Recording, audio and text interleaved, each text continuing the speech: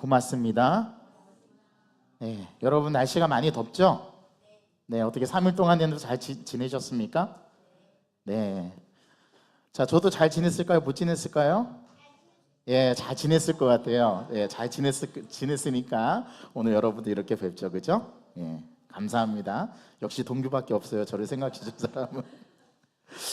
자, 우리 지난 시간에 배웠던 말씀을 함께 좀 정리를 한번 해보기로 합니다. 여러분 18장에서 하나님께서 두 명의 천사와 함께 아브라함을 찾아오시죠. 아브라함이 장막문 앞에 쉬고 있다가 하나님, 야훼 하나님과 두 천사가 오는 것을 보고 그 자리에서 벌떡 일어나 빨리 달려가서 그 세 사람을 맞아들이죠. 그리고 아브라함이 그 세 분에게 초대해서 지극히 환대합니다. 그런데 우리 지난주에 말씀을 묵상했던 그 말씀은 환대를 하면 하나님의 복이 임한다, 그런 말씀이 아니라고 말씀을 드렸죠.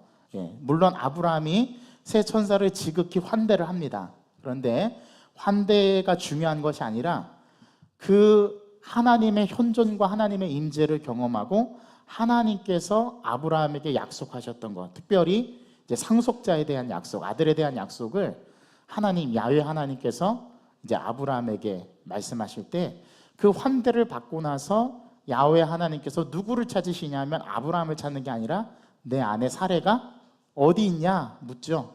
그때 사레는 어디에 있었다고요? 장막에 거주하고 있었죠. 그 사라를 향해서 하나님께서 내년 이맘때쯤에 너에게 뭐가 있겠다?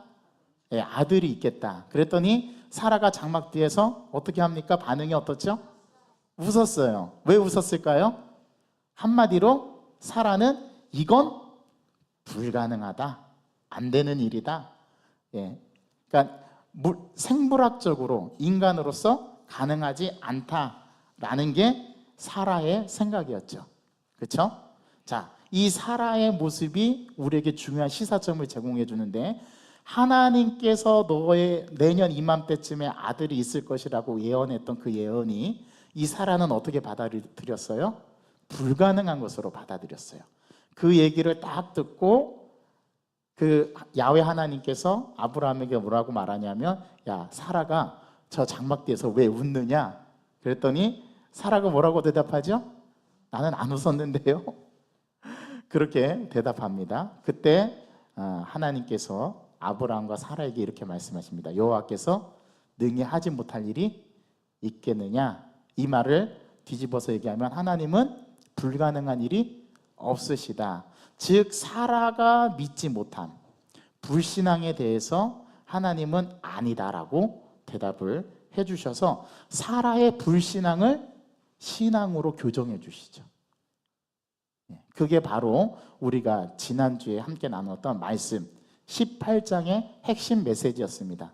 그리고 그 세 분 중에서 두 사람은 어디를 향해 가고요? 떠나고요?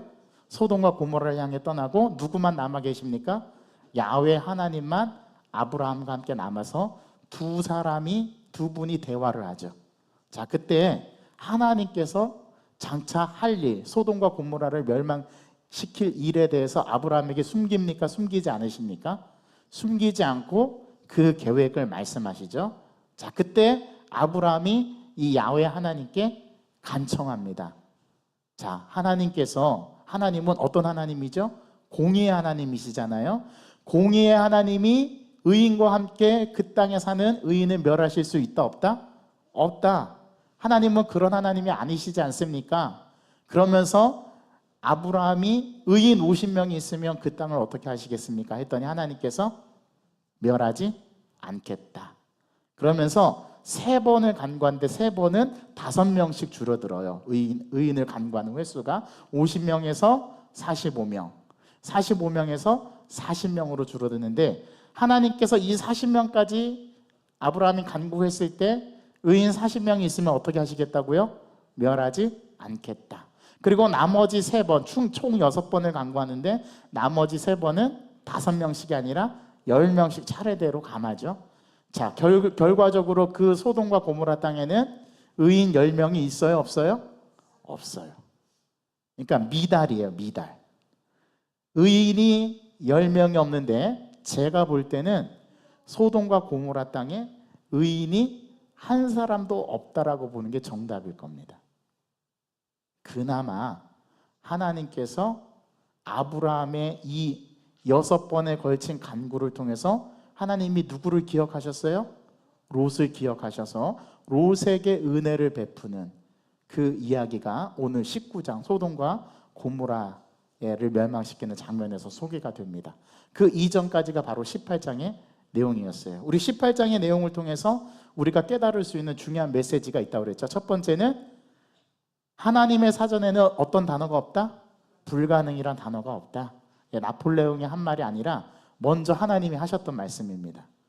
하나님은 불가능한 게 없으신 분이다. 전능하신 하나님이다. 엘샤다이, 우리가 창세기의 말씀을 통해서 계속 배워나가고 있습니다.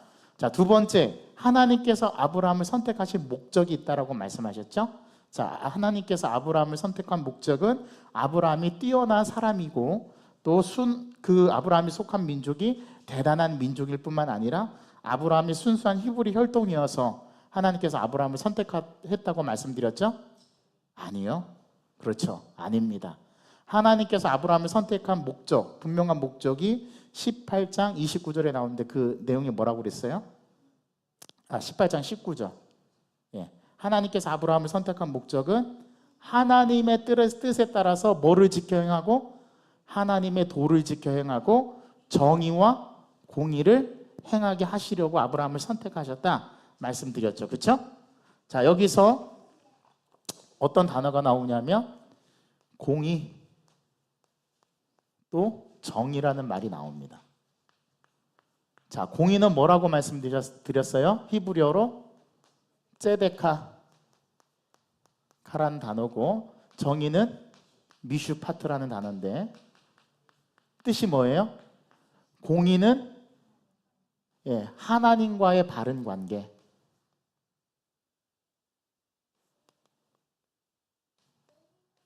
하나님과의 바른 관계를 뭐라고 부른다고요? 공의라고 부르고, 정의는 사람과의 바른 관계, 그걸 정의라고 부릅니다고 말씀드렸죠. 그래서 하나님과 인간 사이에 이 관계를 뭐라고 부른다고요? 올바른 관계를 공의라고 부릅니다. 이걸 수직적 관계라고 말씀드렸고, 사람과 사람과의 관계를 정의라고 부르죠. 미슈파트라고 부릅니다. 그래서 공의와 정의를 행하라는 하나님의 그 명령을 지켜 행하게 하기 위해서 한 사람을 선택한 거예요. 그게 누구였다? 아브라함이었다. 그렇다면 그 말씀 우리가 지난주에 적용할 때 어떻게 적용하자고 그랬어요? 하나님께서 아브라함을 선택하신 것처럼 하나님께서는 누구를 선택하셨다? 나를 선택하셨다. 우리를 선택하셨다. 그렇다면 우리도 아브라함처럼 하나님께서 우리를 선택하셔서 뭐를 행하게 하신다? 하나님의 공의와 하나님의 정의를 실현하신다, 행하신다라고 우리가 지난주에 적용을 해봤습니다. 그것이 바로 18장에서의 핵심 내용입니다. 이 18장의 내용은 오늘 19장에서도 동일하게 이어져요. 자, 하나님의 공의가 뭐냐? 하나님의 공의는 죄에 대해서 하나님은 어떻게 하시는 분? 심판하시는 분입니다. 자, 그런데 그 심판에는 반드시 뭐가 있어요? 그 배면에는 하나님의 은혜가 있어요. 자, 오늘 19장에서도 소돔과 고모라 땅이 그들의 죄악으로 인해서 멸망을 당하는데, 그 멸망당하는 과정 중에 하나님의 은혜의 속성이 드러나는데, 그 은혜는 누구에게 베풀어져요? 롯에게. 자, 그런데 롯에게 국한되지 않습니다. 롯의 가족들에게. 여러분, 이걸 딱 보면은 우리가 앞선 창세기 몇 장에서 이거를 또 보게 되죠? 노아, 그렇죠. 노아의 가족들 바로 연상이 되시죠. 그러니까 창세기를 잘 이렇게 창세기를 눈으로 잘 들여다 보면은 그 안에 이 내용이 계속해서 반복이 돼요. 그래서 하나님의 심판과 하나님의 은혜는 함께 갑니다. 이게 공의와 정의를 실현하는 하나님의 방법이세요. 하나님은 공의로운 분이세요. 그래서 죄에 대해서는 관가하지 않으십니다. 죄를 반드시 심판하십니다. 그런데 그 심판에는 반드시 어떤 속성이 들어있어요? 하나님의 은혜의 속성이 들어있어요. 그걸 보여줘요. 이 19장에서도 소돔과 고모라는 다 멸망당합니다. 하늘에서 유황과 불이 불같이 비같이 내려서 그 소돔과 고모라를 다 전멸시키는데 하나님께서 롯과 그의 자녀들과 그 거주하는 소알 땅에는 하나님께서 심판을 면하시죠. 원래 소알까지도 심판의 대상이었어요. 그런데 롯이 간청하죠. 저 성읍은 하나님께서 멸하지 말아달라. 우리가 그리로 피신하겠다. 그래서 하나님께서 그 소알을 심판하지 않으십니다. 이처럼 심판 안에는 하나님의 긍휼하심이 묻어나는, 그 긍휼을 잘 바라보면 하나님의 심판이 어떻게 이루어지는가를 19장에서 보여줘요. 이 공의와 정의의 하나님이 그대로 19장의 주제가 이어갑니다. 오늘 그 내용을 함께 살펴보기 원합니다.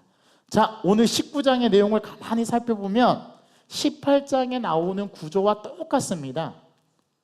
자, 18장에서 세 사람이 아브라함을 방문했을 때 아브라함이 달려나가서 그들을 영접하고 그들에게 땅에 엎드리잖아요. 그리고 그들을 맞아들이잖아요. 그런데 오늘 아브라함처럼 똑같이 롯도 소돔성의 성문에 앉아있다가 누구를 봐요? 두 천사를 봅니다. 그 두 천사를 보고 자기가 앉아있던 자리에서 일어나서 어떻게 하죠? 그들을 영접하고 그들에게 땅에 엎드려 절합니다. 그리고 간청하죠. 우리 집에 오셔서 손발을 씻고 쉬고 내일 아침에 일찍 일어나 가던 길을 가십시오. 그렇게 롯이 이 두 천사에게 간청하죠. 자, 그런데 이 두 천사는 지금 어디서 오는 길입니까? 아브라함에게 환대를 받고 야훼 하나님은 남아서 아브라함과 함께 대화하고 있는 사이에 이 두 천사는 어디로 온 거예요? 소돔과 고모라 땅에 온 거예요. 자, 시간의 순서상 보면 아브라함과 야훼 하나님을 떠나서 두 천사가 와가지고 도착한 때는 오늘 보니까 말씀에 저녁 때라고 되어 있어요. 자, 그런데 이 저녁 때 이르기 전에 어제 세 사람이 아브라함을 방문했을 때는 언제였죠? 정오한 낮이었습니다. 그러니까 시간이 12시간이 지나는 거예요. 그래서 이들이 저녁 때쯤에 도착합니다. 그러니까 아브라함과 하나님을 만난 사건이 먼저고 그 다음에 그 두 천사가 아브라함을 떠나서 지금 어디로 온 거예요? 소돔 땅에 온 거예요. 그때가 지금 언제라고요? 저녁 때라는 거죠. 저녁 때. 저녁 때 이 소돔 성문 앞에 이 두 천사가 도착합니다. 그때 그 두 천사를 누가 보죠? 예, 롯이 두 천사를 어떻게 해요? 인식합니다. 알아봅니다. 마치 누구처럼? 아브라함이 세 사람을 알아본 것처럼 롯이 두 천사를 알아봐요. 아직 롯은 영적인 존재를 알아볼 수 있는, 롯은 아직 신앙이 있었던 거예요. 그러니까 신앙을 완전히 잃어버리지 않았어요. 소돔 땅에서도 롯은 하나님의 백성으로서 의롭게 살아가려고 노력했다라고 봐야 됩니다. 근데 이제 환경이 참 무서워요. 오늘 그걸 좀 살펴볼 건데요. 자, 롯이 두 천사를 인식하고 아브라함처럼 그들에게 나가서 어떻게 합니까? 오늘 말씀해 보니까 영접하고 또 땅에 엎드려 절합니다. 자, 어떻게 한 거예요? 그 천사를, 하나님의 천사를 알아보고 그들을 환대하고 맞아들이는 거죠. 자, 아브라함처럼 똑같이 롯도 그들을 맞아들입니다. 자, 여기서 우리는 18장과 19장에 아브라함과 롯을 좀 비교해 볼 필요가 있어요. 자, 18장에서도 똑같이 세 천사를, 영적 존재를 환대하는 누가 있어요? 아브라함이 있고, 자, 19장에서는 누가?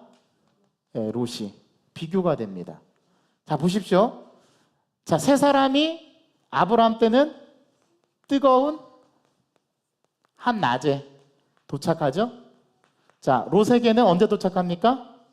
저녁에 도착합니다. 자, 이 저녁에라는 히브리어 단어가 어둠이라는 뜻입니다.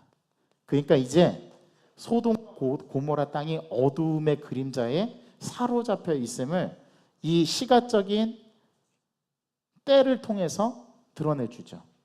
자, 아브라함에게는 아브라함이 어디에 앉아 있었어요? 장막문의 문 앞에 앉아 있었죠. 자, 그런데 롯은 어디에 앉아 있습니까? 소돔 성문에 앉아 있습니다. 자, 여러분, 소돔 성문에 앉아 있었다라는 사실은 그가 그 성에 영향력이 있는 사람이라는 거예요. 왜냐하면 성문에 보통 앉아 있는 사람은 누구냐면 장로들이 앉아 있어요. 그 성을 대표하는. 왜냐하면 백성들이 낮에 그 장로에게 와서 어떤 백성들 간에 문제가 있으면 그것을 판결해 주는 역할을 합니다. 판관의 역할을 해요. 그 역할을 하는 사람들이 어디에서 거주하고 있었냐면 이 성문 앞에서. 그러니까 소돔 성문에 앉아 있었다라는 것은 그 소돔 땅에 롯이 뭐였다라는 거예요? 유지였다라는 거예요. 그런 의미가 있어요. 여느 때처럼 소돔 그 성문 앞에서 앉아 있다가 누구를 발견합니까? 찾아오는 두 천사를 발견하죠. 자, 그때 18장에서 아브라함은 그 세 사람을 보고 어떻게 했어요?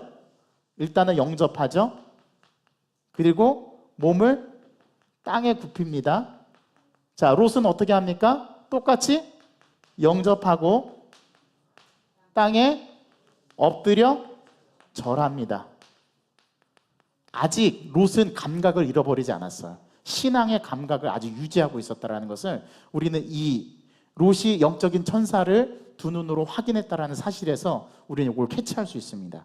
자, 아브라함은 어떻게 했죠? 이 세 천사에게 하나님께 뭐라고 얘기했습니까? 주께 은혜를 내가 입었으니 종을 떠나가지 마시고 어떻게 하라고요? 지나가지 마시고 들어오셔서 손발을 씻고 내 장막 그늘에서 편히 쉬다 가소서라고 청탁합니다. 그렇죠? 자, 롯은 어떻게 합니까? 롯은 종의 집에 들어와서 발을 씻고 어떻게 해요? 주무시고 하룻밤을 유하시고 가던 길을 가소서 그렇게 요청하죠. 자, 그때 중요합니다. 이 세 사람은 아브라함에게 어떻게 반응했죠? 내 말대로 그리하겠다. 자, 내 말대로 오케이 그리하겠다. 그런데 롯의 간청에는 이 두 천사가 어떻게 합니까? 거절합니다. 여러분, 이게 차이점이 있어요. 아브라함의 요청에는 응했고 롯의 요청에는 거절합니다. 자, 그런데 이 롯이 집요하게 어떻게 해요? 간청해요.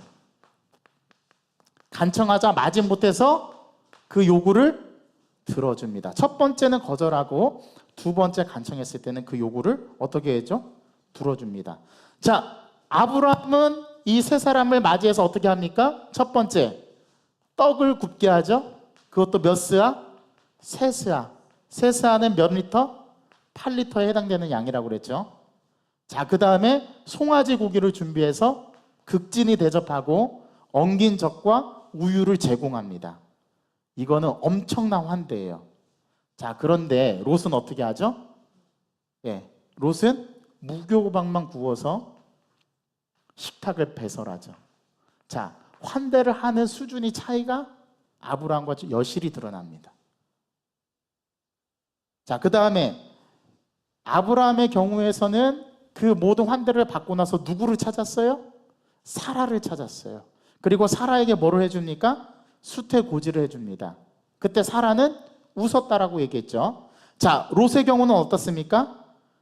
그 천사들이 식탁을 베풀고 무교병을 먹고 이제 그들에게 뭐라고 얘기하냐면 롯 외에 다른 친척들이 있는지 없는지를 묻죠. 그리고 소돔이 멸망할 것을 사위에게 고지했는데 사위들은 그걸 뭐라고 여겼어요? 농담으로 여겼죠. 여기서 농담이라는 히브리어 단어가 사라가 장막에서 웃음이라는 단어하고 어원이 같아요. 재밌죠?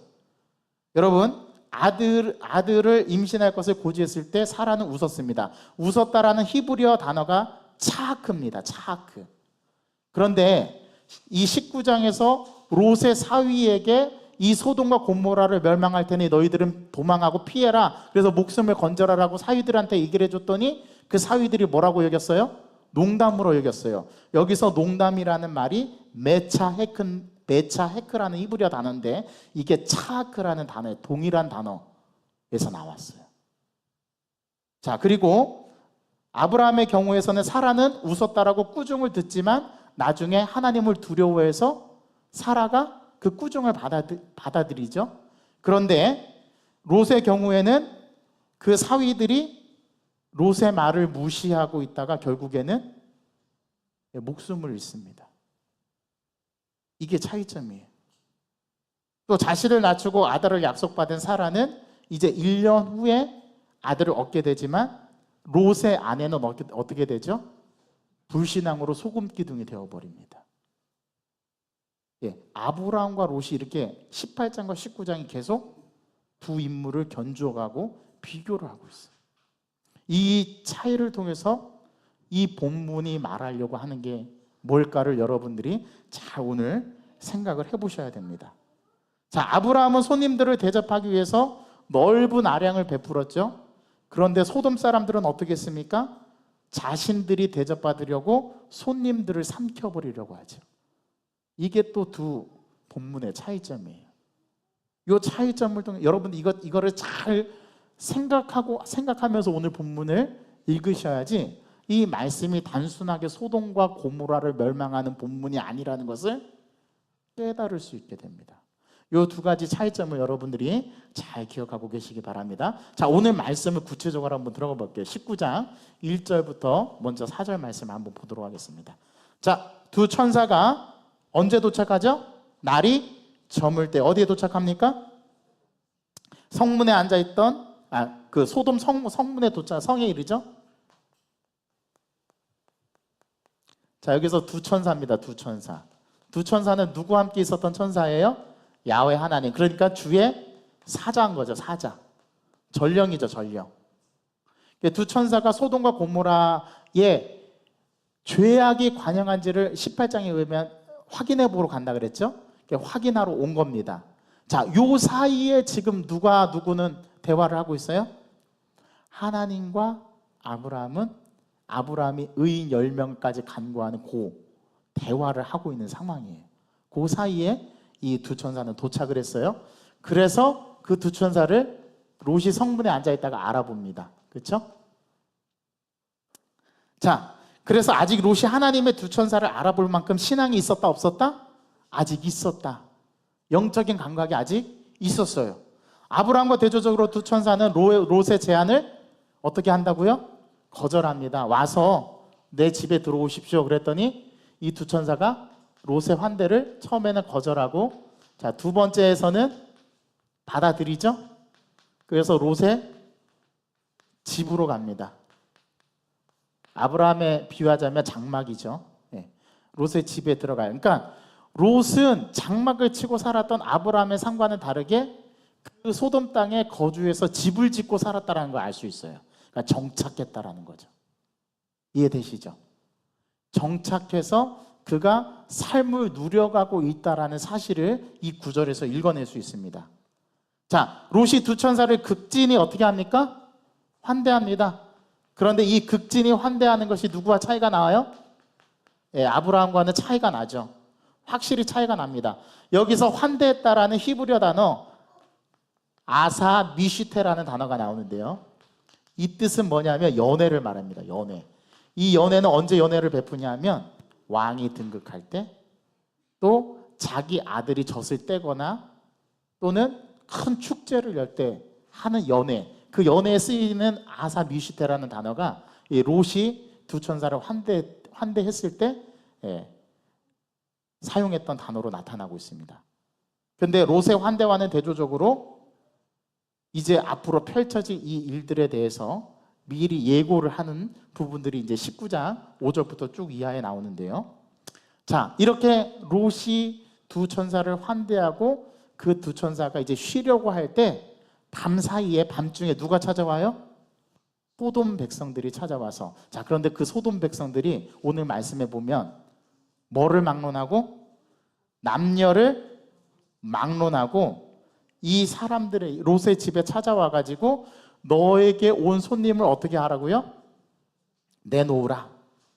우리가 그들을 어떻게 하겠다?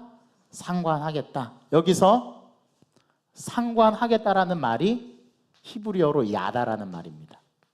야다라는 뜻은 알다라는 뜻이에요. 알다.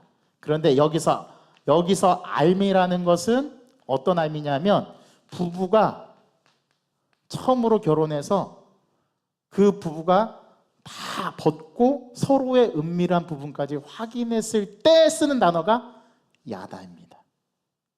자, 그러니까 이거는 뭐를 말하는 거냐면 상관한다라는 말은 성관계를 말하는 거예요. 자, 그런데 지금 대상이 누굽니까? 남성 대 남성입니다. 그럼 이걸 뭘 말하는 거예요? 동성애를 말하는 거예요.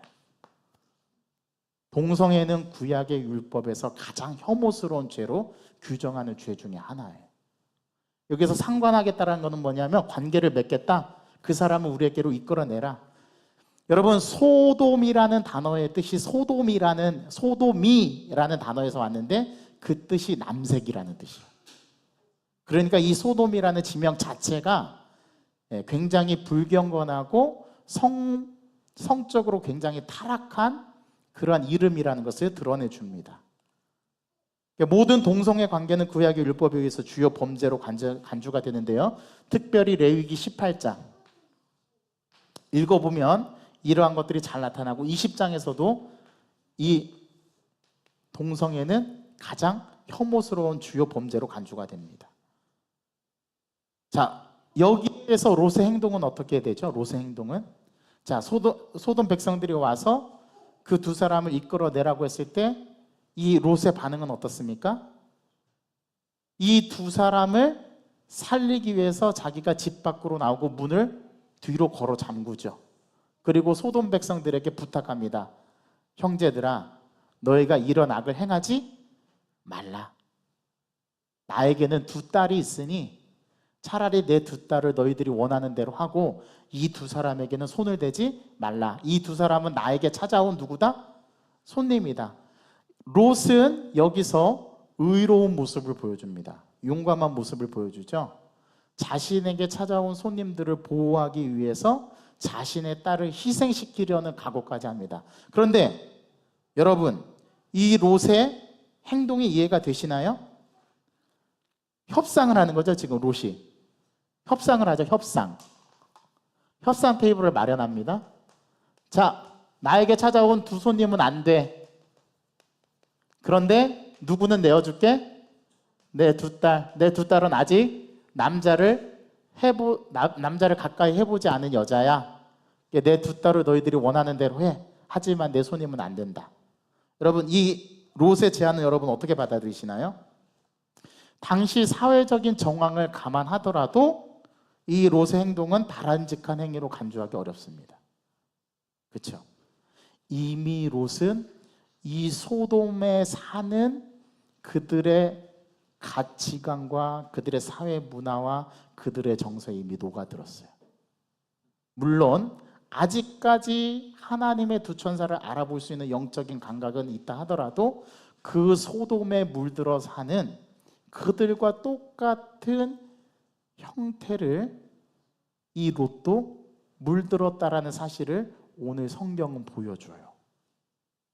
그래서 롯이 이 소돔 사람들에게 배척을 받습니다. 뭐라고 얘기하냐면 너의 제안은 우리 안 받아들일래. 그 사람 끌어내. 그래서 이번에는 그 사람이 문제가 아니라 그렇게 말한 너를 내가 심판하겠다라는 의미로 문을 부수고 들어가려고 하죠. 자, 이 광경을 집 안에서 누가 봐요? 두 천사가 봅니다. 그래서 어떤 조치를 취하냐면 롯이 이 문제를 해결할 능력이 없다라는 것을 발견하고 이 두 천사가 바깥에 있는 누구를 이끌어들여요? 롯을 안으로 이끌어들이고 문을 걸어 잠깁니다. 문을 닫습니다. 그리고 밖에 있는 사람의 눈을 어떻게 해요?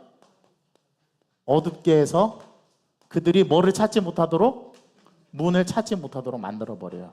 그리고 이 긴박한 상황 속에서 이 두 천사가 롯에게 말합니다. 사실은 우리는 하나님께서 보낸 천사다. 그런데 하나님께서 이 소돔과 고모라 땅의 죄악의 상태를 확인하고 이 소돔과 고모라를 멸하시기로 작정하셨다.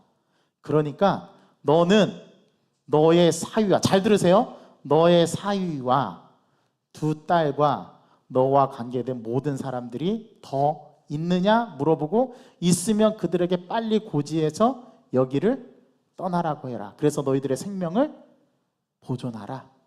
이렇게 롯에게 이 두 천사가 고지해 주죠. 자, 그때 고지해 줄 때 순서가 어떻게 됩니까? 첫 번째 너, 여기서 롯이죠. 그 다음에 두 번째 사위입니다. 사위. 여러분 이게 말이 됩니까? 그 다음에 두 딸. 그 다음에 너에게 속한 모든 사람.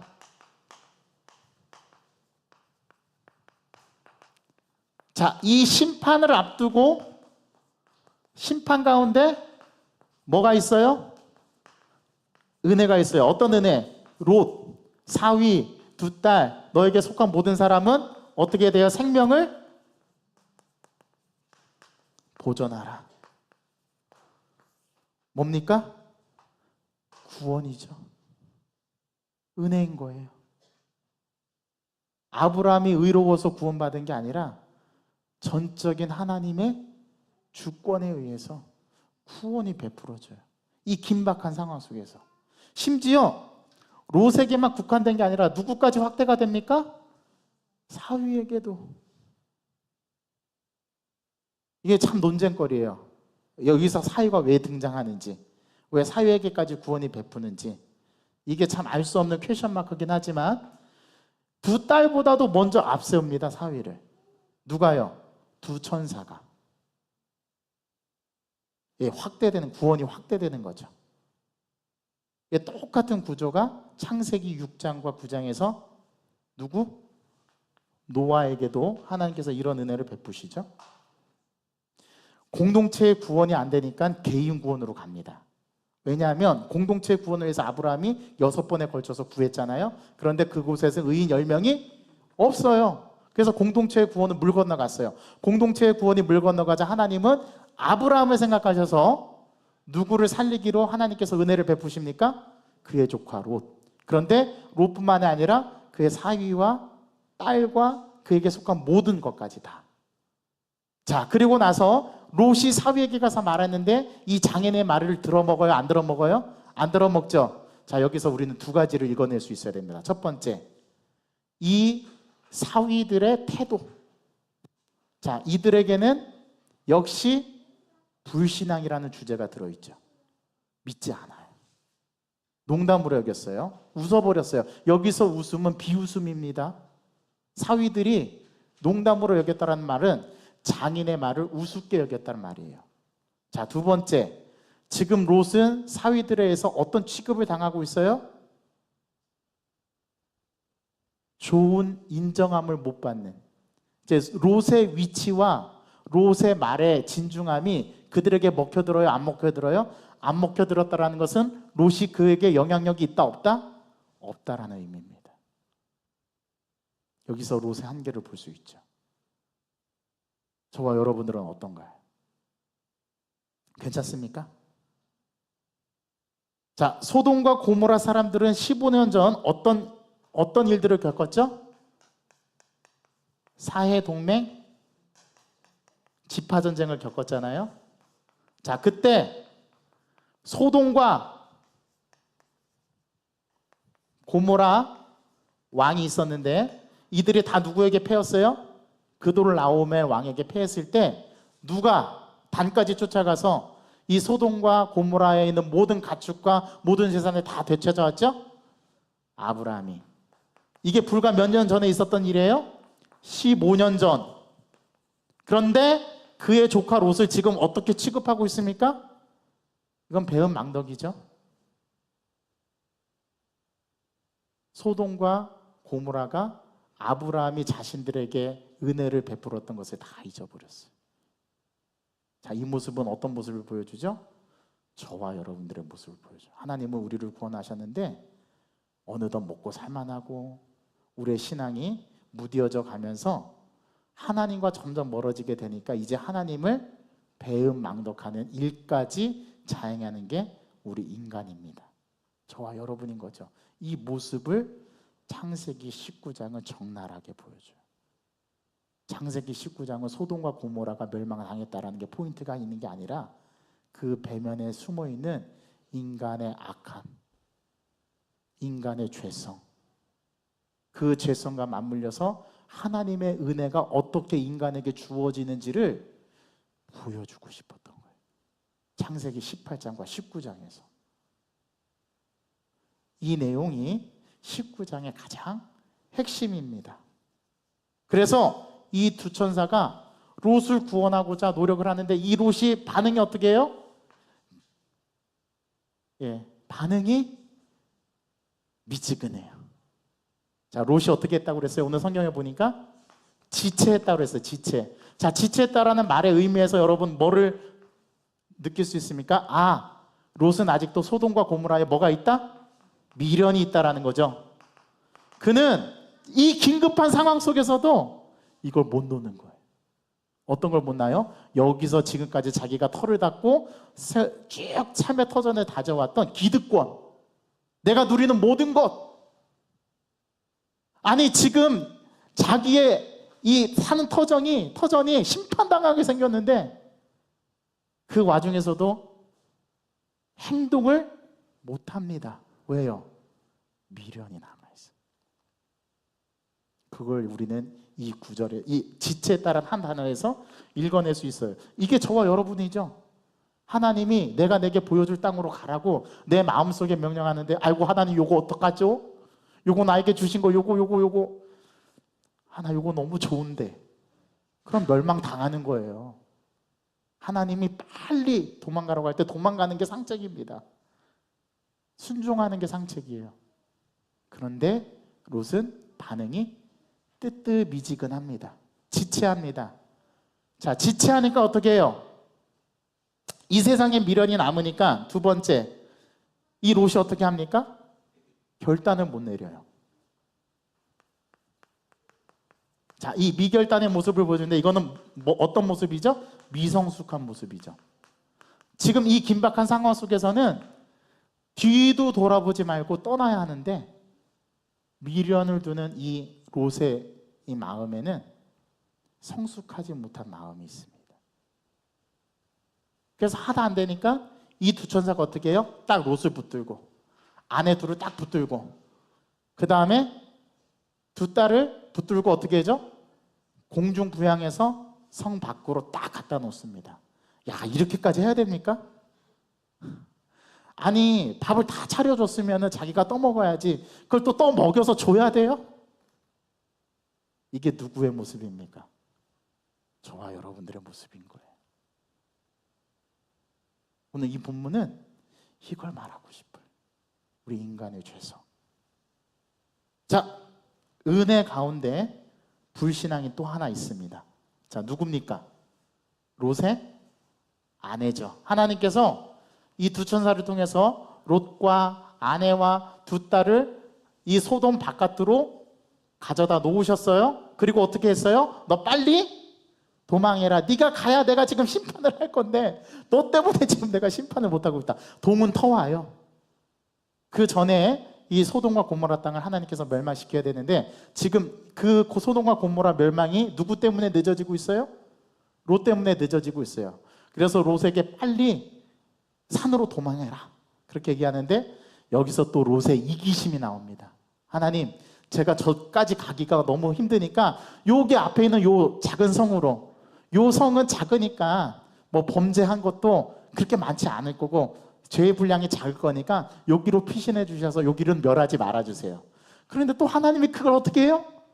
들으세요. 자, 이렇게 하시는 하나님의 이유는 누구 때문에? 롯이 귀엽고 이뻐서? 롯이 의로워서요? 아니요. 아브라함의 뭐 때문에? 중보적 기도 때문에. 오늘 29절 한번 읽어봅시다. 29절 말씀 다 함께 읽어보겠습니다. 시작. 하나님이 그 지역의 성을 멸하실 때, 그 롯이 거주하는 성을 엎으실 때에 하나님이 아브라함을 생각하사 롯을 그 엎으시는 중에서 내보내셨더라. 아브라함이 6번이나 하나님 앞에 자기의 두려우신 하나님의 그 두려움 앞에 떨면서 6번이나 간구할 수 있었던 이유? 롯 살리려고. 근데 하나님께서 그 마음을 보셨어요? 안 보셨어요? 보셨어요. 그래서 롯의 이기적인 요구도 하나님은 들어주십니다. 그게 합당해서요? 아니요. 누구 때문에요? 아브라함의 중보적 기도 때문에. 여기에 중보적 기도에 힘이 있어요. 여러분들이 누군가를 위해서 기도하잖아요? 그런 하나님이 여러분들의 기도를 들으셔서 그 사람에게 기도의 응답이 이루어지게 하는 거. 그래서 우리는 중보 기도를 놓으면 안 돼요. 중보적 기도를 계속 드려야 되는 거예요. 그 기도의 응답이 어떻게 할 때까지? 이루어질 때까지. 여러분, 이 중보적 기도를 누가 두 눈으로 목도하죠? 아브라함이 소돔과 고모라 멸망한 그 아침날 일어나서 행장을 꾸려서 아브라함이 여호와 마주 앞에서 서서 6번 간구했던 그 자리로 갑니다. 거기서 소돔과 고모라를 바라보죠. 연기와 모든 멸망당한 그 모습에 피어나는 연기를 보고서 아브라함이 어떻게 했대요? 하나님께서 아브라함을 생각하셔서 은혜를 베푸셨대요. 그걸 아브라함이 두 눈으로 목도합니다. 여기에 중보적 기도의 힘이 있어요. 오늘 그 불신앙, 그 다음에 일어났던 이 롯의 아내가 그 소알성으로 도망하는데 롯과 그의 딸은 뒤를 돌아보지 않고 그 성읍으로 들어갔어요. 그런데 롯의 아내는 어떻게 했죠? 뒤를 돌아봤어요.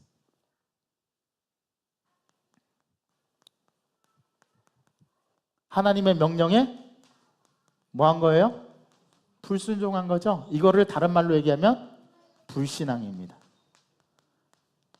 믿음 없음이죠. 자, 또 이 롯의 아내는 뒤로 돌아봤다는 것에서 어떤 의미가 있어요? 역시 소돔에 뭐를 남겨두고 있어요? 미련을 남겨두고 있어요. 자, 누구와 똑같아요? 롯과 똑같아요. 우리는 여기서 이걸 낼 수 있어요. 오늘 19장은 바로 이것을 우리에게 보여줍니다. 그러면 19장이 우리에게 주는 메시지는 뭘까요? 첫 번째, 소돔의 심판 과정에서 이 심판을 대하는 태도를 가진 사람이 4사람이 나옵니다. 첫 번째, 두사위. 두 번째, 롯. 세 번째, 롯의 아내. 네 번째, 아브라함. 자, 두사위는 롯의 말을 어떻게 들었다고요? 농담으로 여겼죠. 여기 이것도 뭐예요? 불신앙. 롯의 말을 신뢰하지 않아요. 자, 롯은 어떻게 했어요? 지체했어요. 뭐에 미련을 뒀어요? 소돔 땅에서 자기가 그동안 일궈왔던 것에 미련을 둡니다. 이것도 불신앙. 자, 롯의 아내 뒤로 돌아봤죠? 뭐가 됐어요? 소금 기둥이 됐어요. 뭐예요? 이것도 미련이죠? 불신앙. 자, 이 세 사람의 태도는 모두 다 하나님의 말씀에 불순종하는 모습을 보여줍니다. 자, 아브라함은 어떻게 했어요? 하나님 앞에 중보적 기도를 드렸죠? 몇 번이나 간구했어요? 6번. 자, 그걸 통해서 하나님께서 아브라함을 생각해서 누구를 살려주십니까? 롯. 이게 중보적 기도의 힘인데 이건 신앙이죠. 자, 여러분들은 이 4사람 중에 어떤 사람의 태도를 갖고 있습니까? 자, 솔직하게 자문자답해 보세요. 자, 저한테 대답하지 마시고.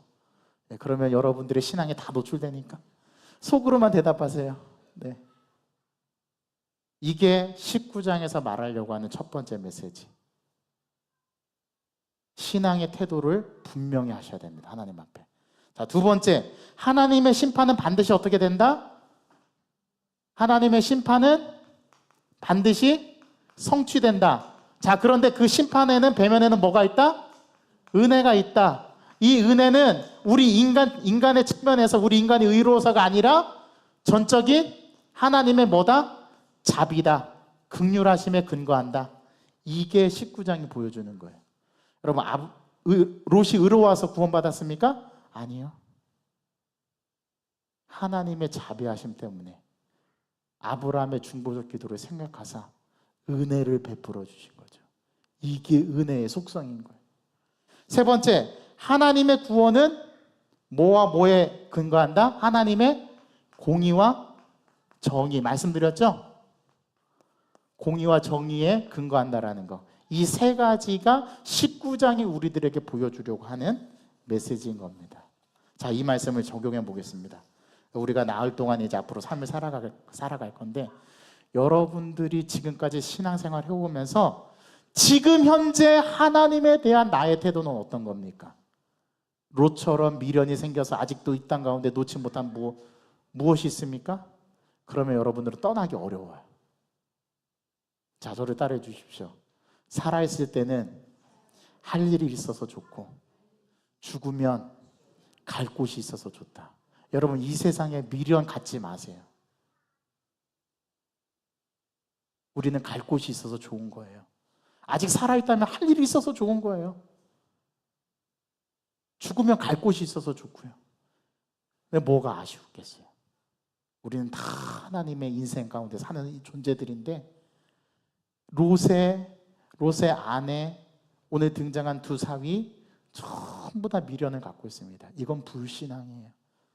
그럼 불신앙의 자리에 가지 마시기 바랍니다. 자, 두 번째, 여러분 생각해 보세요. 우리가 구원받은 것은 내 노력과 내 의지로 된 건가요? 아니요. 그건 전부 다 누구에 의해서예요? 하나님의 자비하심, 전적인 하나님의 은혜예요. 그래서 구원을 선물이라고 하는 거예요. 구원은 선물로 우리에게 주신 거예요. 이 선물을 우리가 받았으면은요, 이 선물을 받은 자답게 살아가야 합니다. 그게 우리에게 주신 하나님의 요구예요. 그 삶은 신앙의 모습이에요. 신앙의 모습. 자, 세 번째, 우리가 중보적 기도를 해야 됩니까? 말아야 됩니까? 해야 합니다. 왜요? 우리의 기도를 통해서 누군가의 생명이 은혜로 주어질 수 있어요. 여러분, 계속해서 우리가 지난 2주 동안에 해달픈 마음으로 정말 간절히 기도했어요. 하나님께서 우리의 기도를 들으셨어요? 안 들으셨어요? 들으셨죠? 결과를 보여주셨잖아요. 하나님.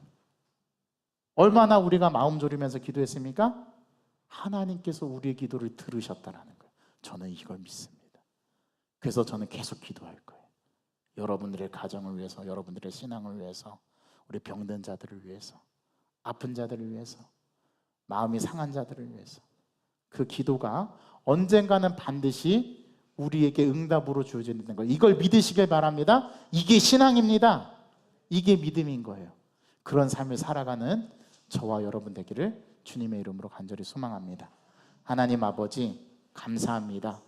오늘 말씀을 통해서 우리에게 19장의 내용을 통해서 신앙의 세계의 본질을 가르쳐 주시고, 우리가 어떤 삶을 살아가야 될지 오늘 또 고민하면서 하나님 앞에 결단하는 시간을 갖게 해주시니 감사합니다. 하나님, 오늘 말씀을 통해서 우리가 중요한 사실들을 몇 가지 깨우쳐 보는데, 하나님, 그 자리에 하나님의 말씀에 대한 귀한 신앙과 불신앙의 모습이 우리 안에 있다는 것을 깨닫게 하여 주옵소서. 그리고 우리의 신앙이 그 불신앙의 자리로 가는 것이 아니라 하나님께서 우리에게 보여주신 신앙의 길로 가게 하시는 것을 깨달아 알게 도와주시고, 우리가 그런 길 갈 수 있도록 우리들에게 은혜를 베풀어 주옵소서. 또 하나님의 은혜는 전적으로 하나님의 자비하심에 의해서 주어졌더라는 것, 모든 것이 은혜임을 고백하는 이 밤이 되게 하여 주시고, 이 시간 하나님 앞에 중보적 기도를 우리가 올려드릴 때 이 기도를 통해서 응답하시는 하나님의 놀라운 역사를 두 눈으로 경험케 하여 주옵소서. 예수 그리스도의 이름으로 감사하며 기도하옵나이다. 아멘. 우리 주신 말씀을 생각하면서 은혜라는 찬양 함께 고백합시다. 그리고 말씀을 떠올리면서 다시 한번 신앙으로 하나님 앞에 결단하는 신앙 갖도록 하겠습니다.